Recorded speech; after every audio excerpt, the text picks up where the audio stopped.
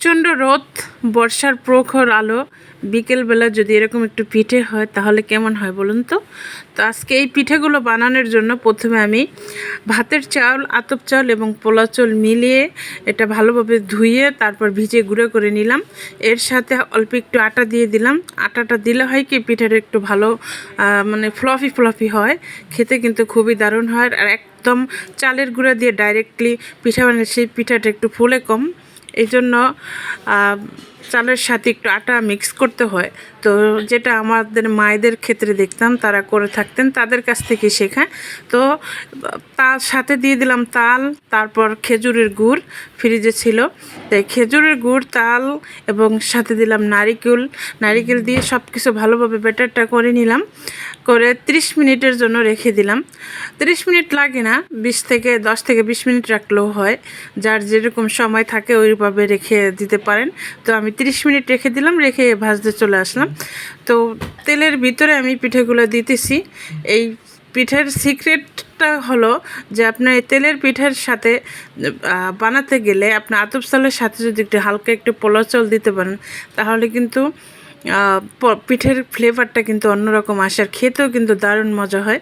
এটা অনেকেই আছে আবার যে শুধু আতপ চাল দিয়ে বানায়, যেটা গ্রামে বানাতো দেখতাম, কিন্তু আমরা শহরে থেকে আতপ চাল, ভাতের চাল, পোলাও চাল মিক্স করে তারপরে এই পিঠাটা বানানো হয়।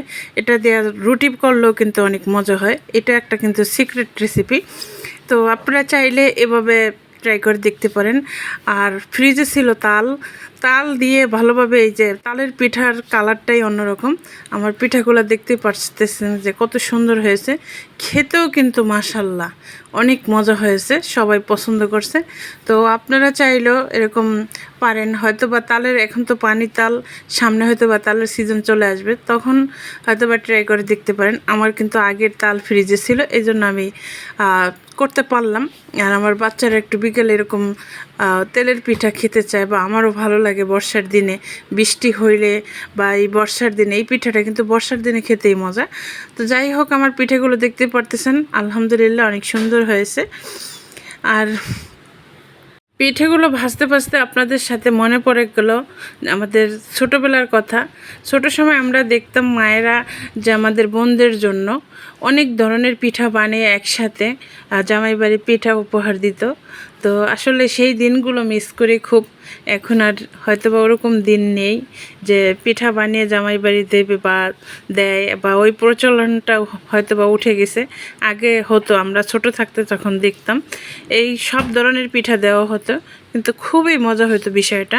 আর যে বাড়ি যেত সে বাড়ি তো অনেক মজা হতো। তো সবাই ভালো থাকবেন, আমার জন্য দোয়া করবেন। আসসালামু আলাইকুম।